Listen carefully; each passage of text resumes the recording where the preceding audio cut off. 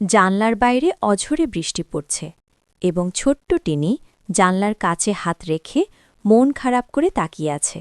মা রিঙ্কি ঘরোয়া পোশাকে এক টুকরো রঙিন কাগজ হাতে নিয়ে হাসি মুখে টিনির পেছনে এসে দাঁড়াল। রিঙ্কি কার্পেটের ওপর বসে খুব যত্ন করে কাগজটি ভাঁজ করে নৌকা বানাতে শুরু করল। টিনি জানলা ছেড়ে কৌতূহল নিয়ে মায়ের পাশে এসে বসে এবং অবাক চোখে কাগজের ভাঁজগুলো দেখছে।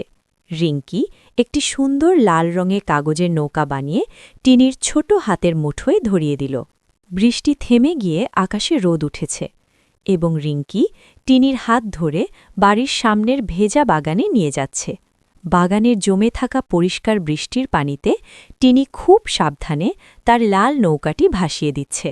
পানির ওপর নৌকাটি ভাসতে দেখে টিনি খুশিতে হাততালি দিচ্ছে এবং রিঙ্কি তাকে দেখে মুগ্ধ হয়ে হাসছে।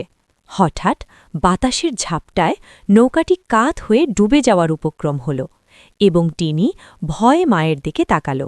রিঙ্কি দ্রুত এগিয়ে এসে নৌকাটি সোজা করে দিল এবং টিনির মাথায় হাত বুলিয়ে সাহস দিল। রিঙ্কি এবার টিনিকে শিখিয়ে দিচ্ছে কিভাবে নিজের ফু দিয়ে নৌকাটিকে বিপদ থেকে এগিয়ে নিয়ে যেতে হয়। অস্তগামী সূর্যের সোনালি আলোয় মা ও মেয়ে একে অপরকে জড়িয়ে ধরে আছে। পানিতে নৌকাটি নিরাপদে ভেসে চলেছে।